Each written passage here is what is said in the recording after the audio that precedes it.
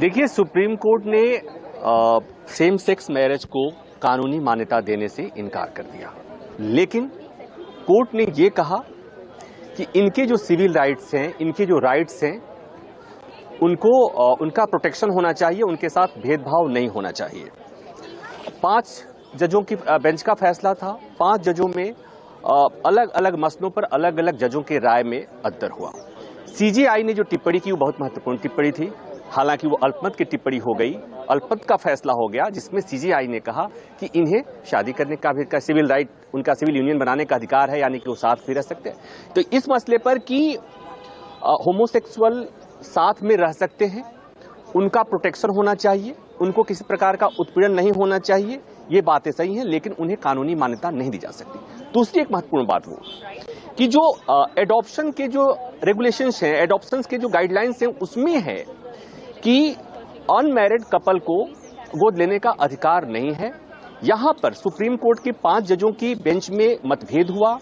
2 जजों ने कहा कि उन्हें एडॉप्शन का अधिकार दिया जा सकता है, देना चाहिए, लेकिन 3 जजों ने इसमें असहमति जताई है। 3 जजों ने कहा कि नहीं दिया जा सकता, मतलब कि वो जो एडॉप्शन की बात थी उसे सुप्रीम कोर्ट ने खारिज कर दिया है।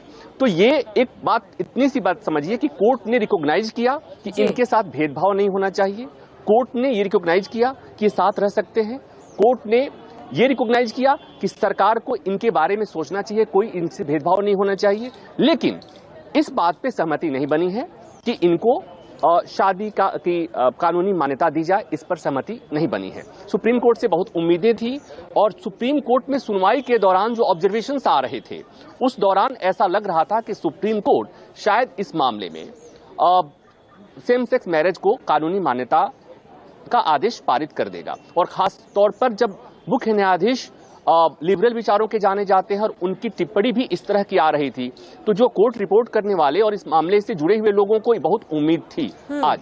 और इसीलिए जब सुप्रीम कोर्ट ने फैसला पढ़ना शुरू किया, खुद सीजेआई पढ़ना शुरू किए हैं, उसके बाद से उनके जजमेंट के जो हिस्से आए वो इस तरह से आ रहे थे कि वो उनको कहीं न कहीं ऐसा लग रहा था कि भले ही मान्यता ने, सुप्रीम कोर्ट ने एक बात कही है, चूंकि अगर सेम सेक्स मैरिज को अलाउ किया जाता है तो उसके लिए स्पेशल मैरिज एक्ट में बदलाव करने होंगे। तो उन्होंने ये कहा कि चूंकि ये स्पेशल मैरिज एक्ट में बदलाव का जो अधिकार है वो संसद का है, इसलिए अदालत इसमें नहीं दे सकती।